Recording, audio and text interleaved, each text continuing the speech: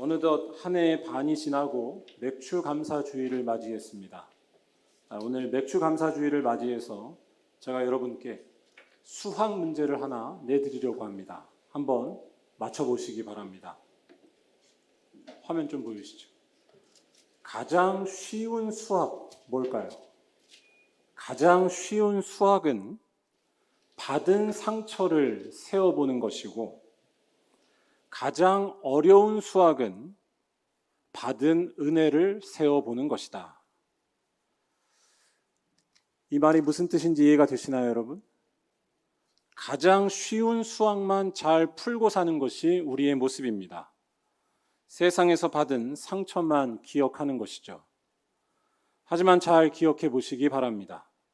하나님께서는 코로나의 이 어려운 시기 속에서도 우리와 지금까지 함께 하시고, 답답하고 어려운 일들 속에서도 소망과 은혜로 붙들어 주신 줄로 믿습니다. 오늘 맥주 감사주의를 맞이해서 하나님의 변함없는 은혜를 기억하셔서 가장 어려운 수학 문제를 능히 푸실 수 있는 우리 모든 말리언교회 성도들이 되시기를 주님의 이름으로 축원합니다. 마태복음 12장 31절에는 기독교인이라면 그냥 지나쳐 볼 수 없는 말씀이 하나 나옵니다. 성령을 모독하는 것은 사하심을 얻지 못하겠고 라는 짧은 말씀입니다. 사하심을 얻지 못할 정도로 아주 무서운 잘못을 저지르는 것이 성령을 모독하는 것이다 라는 말씀입니다. 그렇다면 성령을 모독한다는 것은 도대체 무엇일까요? 이 말씀이 나온 마태복음 12장을 잘 보게 되면 성령 모독은 예수의 역사하심에 대한 부정과 무시라고 할 수 있습니다. 예수께서는 귀신 들린 자를 고치시고 병든 자를 회복시켜 주셨습니다. 그런데 이 사실에 대해 무시하고 부정하는 자들이 있었습니다. 그들은 바리새인들이었습니다. 그들은 예수께서 하신 일이 바알세불의 힘을 빌려서, 즉 사탄의 힘을 빌려서 하는 일이라고까지 공격합니다. 이러한 바리새인들 앞에서 예수께서는 성령에 대해 말씀하셨습니다. 마태복음 12장 28절에서 예수께서는 자신이 귀신을 쫓아내고 병든 자를 고치신 것이 성령을 힘입어 하신 것이라고 말씀하십니다. 그 다음에 예수께서는 성령을 모독하는 것에 대해 말씀하신 것입니다. 즉 성령 모독은 성령의 능력으로 하나님의 일을 행하시는 예수에 대해 부정하고 무시하는 일입니다. 바리새인들이 이렇게 예수를 무시했던 이유는 간단했습니다. 그들에게 중요했던 것은 예수께서 행하신 일이 아니라 예수에 대한 그들의 인간적인 판단과 세상의 기준이었기 때문입니다. 바리새인들에게 예수는 하나님의 일을 할 인물이 아니었습니다. 그들에게 예수는 가난한 목수의 아들이었습니다. 또한 예수는 율법을 무시하고 사는 것처럼 보이는 문제적 인물로만 보였습니다. 다시 말해 겉모습만 보고서 예수의 일하심에 대해 판단하고 내 기준과 세상의 판단을 예수보다 우선시하는 것, 이것이 성령 모독이라는 것입니다. 이러한 성령 모독에 대해 생각할 때 저는 생각나는 이야기가 하나 있습니다. 저도 들었던 이야기인데, 우리나라 모 교단의 신학교에서 신학생을 뽑는 면접시험 치를 때에 대한 이야기였습니다.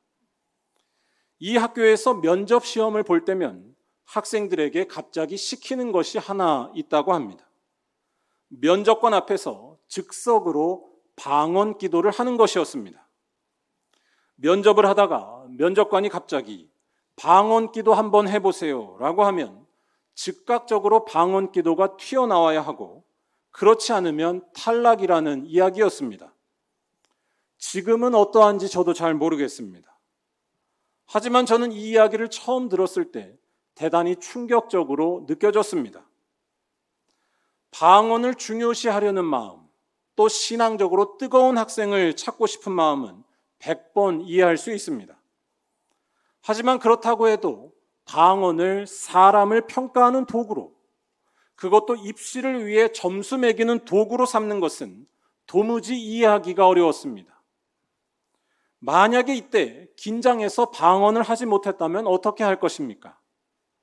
그러면 그 사람은 목회자로 훈련받기에 부족한 사람인가요? 또 어떠한 방언이 합격하는 방언인가요? 그걸 누가 판단할 수 있나요? 아니, 다 떠나서 방언을 할 줄 모른다면 그 사람에 대한 평가는 어떻게 됩니까? 제가 드리려는 말씀은 방언의 여부와 상관없이 예수님은 충만히 일하실 수 있는데 이를 무시하고 사람의 경험과 판단을 우선시한다는 것입니다. 이것이야말로 성령 모독이 아닐까요? 저는 참 감사하게도 입시에서 방언 여부를 따지지 않는 은혜롭고 복음적인 학교에 다닐 수 있었습니다. 신학 공부에서 중요한 것은 방언의 여부가 아니라 오직 성령을 의지하면서 신학의 깊은 세계를 배우는 것과 또한 교회를 열심히 사랑하는 것에 있다고 가르친 아주 은혜로운 학교였습니다. 이 자리를 빌어서 제 모교의 선생님이셨던 우리 교회 서중석 목사님께 깊은 감사의 말씀을 드립니다. 아무튼 다시 말하자면 성령 모독은 예수에 대해 온전히 알아보지 못하는 것입니다. 어떤 상황과 조건 속에서도 일하실 수 있고 또한 하나님의 능력을 나타내시는 분이 우리 예수님이십니다. 그런데 이것을 깨닫지 못하는 것이 성령 모독이라는 것입니다. 그렇다면 성령 모독과 반대되는 성령 충만은 무엇이겠습니까? 성령 충만은 예수가 누구신지를 온전히 알아보는 일인 줄로 믿습니다.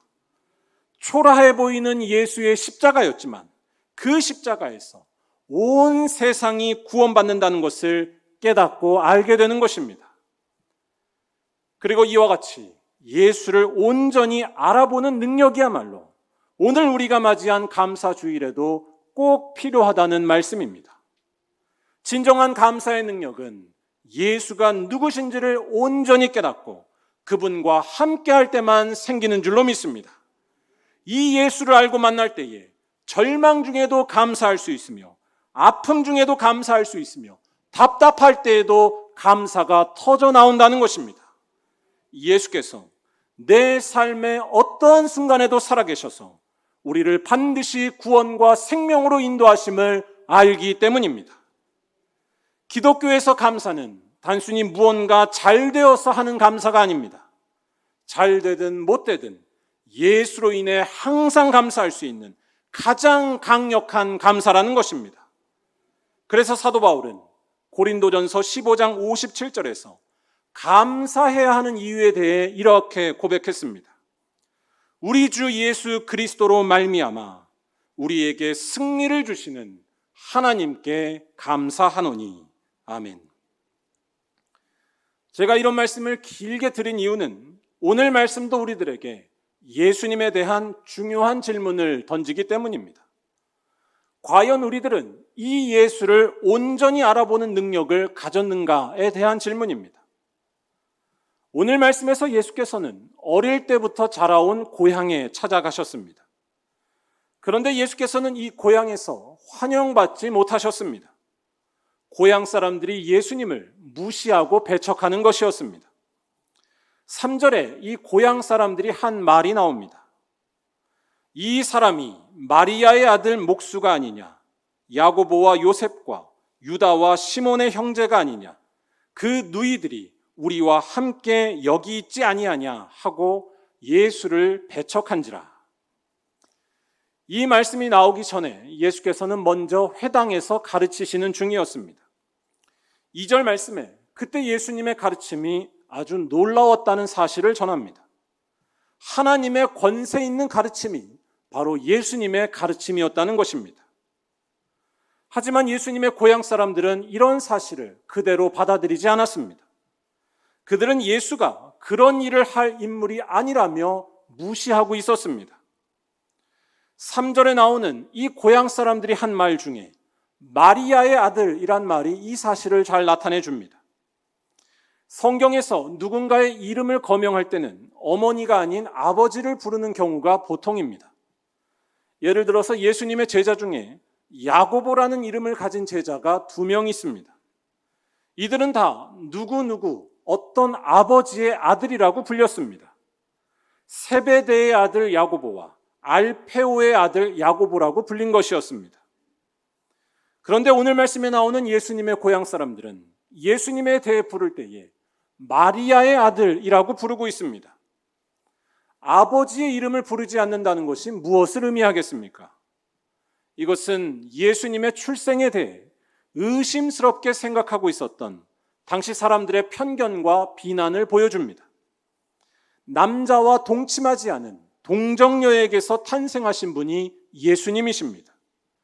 이에 대해서 사람들은, 특별히 예수님과 같은 마을에 있던 사람들은 다 이상하게 여겼다는 뜻입니다. 압이 없는 자식이라는 식으로 경멸하고 있던 것입니다. 그리고 그러한 예수에게서는 하나님의 권위와 능력이 나타날 리가 없다는 것이 예수님의 고향 사람들의 판단이었습니다. 심리학 용어 중에 인지부조화라는 말이 있습니다. 인지부조화는 자신이 믿고 있고 알고 있는 것과 전혀 맞지 않는 일들이 나타났을 때 사람들이 어떻게 행동하는가에 대한 설명입니다. 이때 사람들은 불편함과 혼란을 느낄 수밖에 없습니다. 그래서 사람들은 이것을 해결하기 위해 새로운 시도를 합니다. 이 불편한 상황을 합리화하려고 자기 생각을 조금 바꾸는 것입니다. 예를 들어서 이솝 우화에 나오는 한 여우의 이야기를 생각해 볼 수 있습니다. 한 배고픈 여우가 탐스러운 포도송이를 발견했습니다. 그런데 이 포도송이는 높이 달려 있어서 전혀 딸 수가 없었습니다. 먹고 싶은데 먹지는 못하고 있는 이 부조화를 해결하기 위해서 여우는 스스로 이렇게 말했습니다. 저 포도는 신맛이 나서 원래 못 먹는 거였어. 불편한 상황에 빠진 자기를 합리화하고 편하게 하기 위해서 아무런 근거가 없는 새로운 생각을 만드는 것이었습니다. 심리학적으로 보자면 예수님의 고향 사람들도 일종의 인지부조화에 빠져 있던 것으로 볼 수 있습니다. 아니, 하나님의 능력이 나타난 일 앞에서 왜 집안 출신을 이야기합니까? 이건 논리적으로 아무 상관이 없습니다. 좋은 집안에서만, 아버지가 있는 자식만 하나님의 일을 행해 나가는 것이 아닙니다. 또 3절에서 목수라는 표현을 쓰는 것도 마찬가지입니다. 예수님 당시의 목수는 가난한 직업이었습니다. 성경학자들은 여기서의 목수가 일용직 노동자에 가까웠다라고 말하기도 합니다. 공사가 있을 때에만 일할 수 있고 공사가 없을 때에는 쉴 수밖에 없는 매우 불안정한 직업이었다는 것입니다. 그런데 지금 예수님의 고향 사람들은 예수님의 이 직업을 언급하면서 예수님을 무시하고 있었습니다. 즉 예수는 가난하고 별 볼 일 없는 목수이기 때문에 그가 하는 일도 마찬가지라는 것입니다. 가난한 목수에다가 압이 없는 자식이었던 예수는 하나님의 일을 할 리가 없다는 것입니다. 사람들로부터 이런 공격을 받고 있었던 예수님의 모습은 참 외로워 보입니다. 4절에서 예수께서는 자신의 이러한 신세를 선지자의 비유에서 말씀하셨습니다. 구약 성경에서 선지자는 사람들에게 배척을 받으면서 살았습니다. 지금 예수님도 그런 선지자와 처지가 비슷하다는 것입니다. 이렇게 무시받으시고 배척당하신 예수님이 끝내 어떻게 되셨습니까? 예수님은 십자가에 달려 초라하게 죽기까지 하셨습니다. 그런데 이렇게 무시받으시고 배척당하신 예수님에게서 구원의 능력이 나왔다는 것이 성경의 놀라운 증언입니다. 겉으로 볼 때는 가진 것도 없고 실패한 것 같았던 분이 바로 예수님이셨습니다.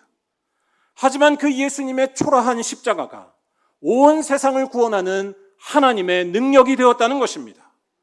왜냐하면 예수의 십자가는 우리 모두를 하나님 앞으로 인도하고 하나님과의 관계를 회복시키는 능력의 십자가이기 때문입니다.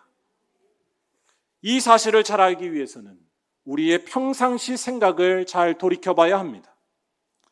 사람들은 이 세상을 구원할 능력이 십자가에 있다고 믿지 않습니다. 우리들의 노력이나 우리들의 업적 또는 이 세상에서의 성공에 달려있다고 믿습니다. 오늘 말씀에서 예수님을 비난하는 고향 사람들의 모습이 이를 잘 나타내 줍니다. 그들이 중요하게 여긴 것이 무엇이었습니까? 출신 배경과 환경이었습니다. 부모님이 누구신지가 중요했고 직업이 무엇인지가 중요했습니다. 그러한 것들이 사람의 인생을 결정하는 가장 중요한 것이 된다고 여긴 것입니다. 하지만 아무리 직업이 좋고 부모님이 좋은 배경에 있어도 하나님의 능력이 나타나는 것은 아닙니다. 물질적인 풍요는 물론 우리의 삶을 편안하게 해줍니다. 하지만 그것이 우리 삶의 절대적인 행복이나 생명의 충만함을 보장하지 않는다는 말씀입니다. 예를 들어서 축구 중계를 볼 때의 기쁨 같은 것을 생각해 보시면 좋겠습니다. 요새 축구 좋아하시는 분들은 밤잠을 이루지 못하시는 경우가 많을 것입니다. 저 유럽에서 유로 2020이라고 하는 월드컵과 같은 축구 대회가 열리고 있기 때문입니다. 그런데 이러한 축구 중계를 볼 때의 그 기쁨은 텔레비전 크기와 같은 외적인 것을 통해 만들어지지 않는다는 것입니다. 큰 텔레비전이 있으면 물론 좋을 것입니다. 하지만 정말로 축구를 좋아하는 사람에게는 큰 텔레비전이 있으면 좋지만 그것이 결정적이지는 않다는 것입니다. 그런 것과 상관없이 정말로 행복하게 즐길 수 있고 정말로 행복하게 볼 수 있는 것이 축구를 사랑하는 사람의 즐거움이라는 말씀입니다. 예를 들어서 여기 서 있는 제가 그런 사람입니다. 저희 집에는 텔레비전이 없습니다. 하지만 저는 저의 작은 핸드폰으로도 매일 아침 축구를 사랑하며 즐겨보고 있습니다. 여러분, 축구를 보는 것의 즐거움도 외적인 조건에 달려있지 않은데 하물며 우리 인생의 행복과 사람의 구원받는 것은 어떠하겠습니까? 인간의 삶이 구원받고 행복하게 되는데 부모님의 배경과 직업이 결정적인 것은 아닙니다. 그 모든 것들이 다 좋다 할지라도 전혀 행복하지 않을 수 있고 아주 외롭게 살아갈 수 있는 것이 우리 인간의 삶입니다. 구원의 능력은 오직 예수에게만 있는 줄로 믿습니다. 예수의 십자가만이 우리들에게 참된 자유와 행복을 준다는 것입니다. 그 이유는 간단하고 분명합니다. 예수의 십자가는 우리와 하나님과의 관계를 회복시키는 능력이 있기 때문입니다. 인간의 삶이 아무리 좋은 조건에 있어도 늘 불안할 수밖에 없으며 고통 속에 살아가는 이유가 무엇입니까? 성경은 그 이유가 우리가 하나님과 멀어졌기 때문이라고 설명합니다. 우리를 강력하게 다스리고 있는 죄의 권세가 하나님과 늘 멀리하도록 만드는 것입니다. 하지만 이렇게 죄의 권세 때문에 깨어져 버린 하나님과의 관계가 예수 십자가의 공로로 회복되었다는 것입니다. 예수의 십자가는 우리를 모든 죄에서 사하시는 하나님의 거룩한 어린 양의 죽음인 줄로 믿습니다. 모든 불안과 절망에서 해방되고 새로운 생명을 경험하는 일, 즉 하나님과의 관계가 정상화되는 일이 바로 예수의 십자가에서 일어났다는 말씀입니다. 그리고 이와 같은 예수를 온전히 알아보는 것이 바로 우리 그리스도인들의 능력이고 그리스도인들의 비밀이라는 말씀입니다. 아무리 그 겉모습이 초라해 보여도 예수의 십자가에서만 구원이 나온다는 것을 정확히 꿰뚫어 알아보는 능력입니다. 그런데 오늘 말씀에 나온 예수님의 고향 사람들은 이러한 능력이 없었다는 것입니다. 그들은 하나님의 능력이 십자가에 달린 예수에게서 나오는 것이 아니라 인간이 가진 좋은 조건에서 나온다고 믿었습니다. 그들은 그 믿음으로 예수를 눈앞에서 무시하고 폄하했습니다. 성령을 모독하는 일을 저지른 것입니다. 그렇다면 우리는 어떻게 해야 성령을 모독하지 않으면서 예수를 온전히 알아볼 수 있을까요? 오늘 말씀은 여기에 대해 분명히 힌트를 줍니다. 이것은 오직 예수의 말씀을 통해서만 가능하다는 사실입니다. 6절 말씀에서 예수께서 이 모든 일들을 겪으신 후에 하고 계신 행동을 잘 보시기 바랍니다. 이에 모든 촌에 두루 다니시며 가르치시더라. 예수님은 지금 매우 모욕적인 공격을 받으신 상태였습니다. 집안이 어떻고 직업이 어떻고 하는 식의 인간적인 조건에 대한 공격을 받으셨습니다. 여러분 같으면 이런 공격을 받으셨을 때 어떻게 대응하시겠습니까? 저 같으면 성질이 나서 여러 가지 노력을 할 것 같습니다. 아파트 평수 당장 넓히고 직업도 바꾸고 성공해서 떵떵거리게 보이려고 하는 것입니다. 하지만 예수께서는 그렇게 하지 않으셨습니다. 예수께서는 이에 모든 촌에 두루 다니시며 가르치셨다고 전하고 있습니다. 예수님은 지금 말씀을 전하는 것에 집중하셨다는 뜻입니다.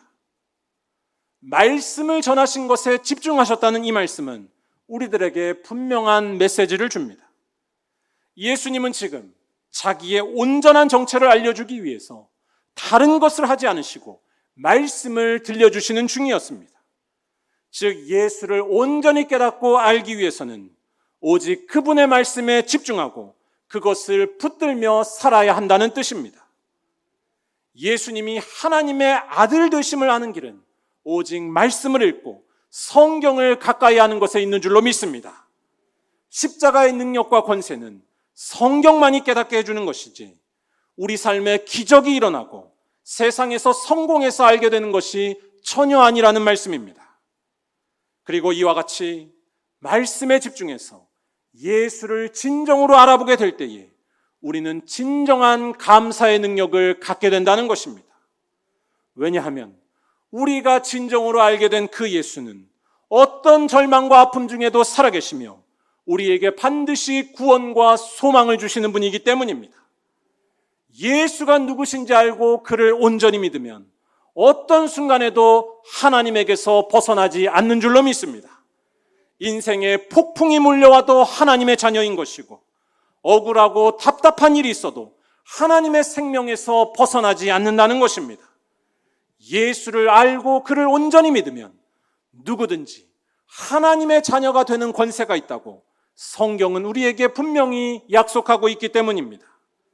그리고 이와 같은 사실 때문에 어떤 순간에든지 감사가 나올 수밖에 없다는 것입니다. 절망 중에도 감사, 아픔 중에도 감사, 광야를 걸어가도 감사하게 되는 능력이 예수를 온전히 알아보는 거기에서 나온다는 것입니다. 우리가 조금 이따 부를 찬송가 325장의 가사를 생각해 보시기 바랍니다.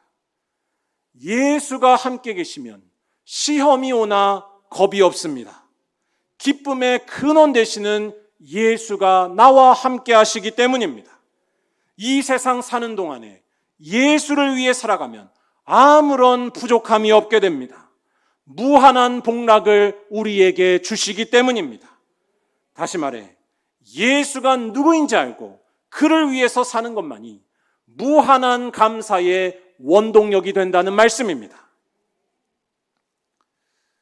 우리 교회에서 길 건너 가면 청파초등학교가 있는데 그쪽에 가면 우리 만리현교회와 이름이 똑같은 만리현 성결교회가 있습니다. 이 만리현 성결교회에서 몇 년 전에 감사운동을 벌인 일이 있었습니다. 이때 교회 안에서 했던 것 중에 하나가 감사편지 쓰기였다고 합니다. 하나님 앞에 감사편지를 쓰는 것이었습니다. 그런데 이때 어떤 한 집사님의 편지가 대단히 인상적이고 은혜로웠다고 합니다. 초등학생 자녀를 둔 김씨성을 가진 젊은 집사님이었습니다. 이분은 이 감사 편지를 쓰기 1년 전 류마티스 관련 희귀 난치성 질환을 판정받았다고 합니다. 평생 약을 먹으며 지내야 하는 판정이었습니다. 김 집사님이 판정받은 이 병은 다 손가락이 휘어지게 되어서 고생을 하게 되는 병이었다고 합니다. 거기에 더해서 자녀는 아직 어리고 또 남편이 하는 사업도 다 안정되지 않아서 아직 김 집사님이 해야 할 일이 아주 많은 상황에 이런 일이 일어난 것이었습니다. 앞이 캄캄해 보이는 상황이었지만 김 집사님은 이때 하나님께 감사의 편지를 씁니다. 편지의 제목은 내 눈물 닦아주시는 하나님께 였습니다. 이 편지에서 김 집사님은 감사의 이유를 분명히 고백합니다. 이렇게 캄캄한 상황에서도 하나님이 자신을 돌보고 계신다는 것을 깨달았기 때문이고, 이제는 자신이 이 하나님 없이는 살 수 없는 사람이 되었다는 것에 감사하게 된다는 것이었습니다. 다음을 한번 보여주시면 됩니다. 김 집사님의 이 편지는 우리 기독교인들만이 할 수 있는 감사에 대해 정확히 알려줍니다. 우리는 세상에서 성공하고 원하는 것이 이루어질 때 감사할 수 있다라고 생각합니다. 하지만 중요한 것은 그런 것이 없을 때에도 감사할 수 있는 능력입니다. 곧 예수님이 누구신지 알기 때문에 터져나오는 무한한 감사의 능력입니다. 절망 중에도 돌보시고 환난 중에도 우리에게 구원과 생명을 주시는 예수로 인해 영원히 감사하는 능력입니다. 사랑하는 우리 말리언교회 성도 여러분, 우리 말리언교회 성도들도 이러한 믿음이 더욱 충만해져서 저 성결교회 김 집사님보다 더 놀라운 감사 편지를 쓰게 되실 줄로 믿습니다. 아멘 소리가 작습니다.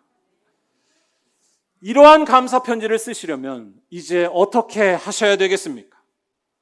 우리 삶에 참된 감사의 능력이 넘치려면 오직 예수를 더욱더 온전히 알아가야 할 줄로 믿습니다. 날마다 말씀을 붙들고 또한 말씀과 함께 기도하기를 멈추지 마시기 바랍니다. 말씀과 기도만이 십자가에 달린 초라한 예수님을 생명의 빛으로 보게 하는 능력이기 때문입니다.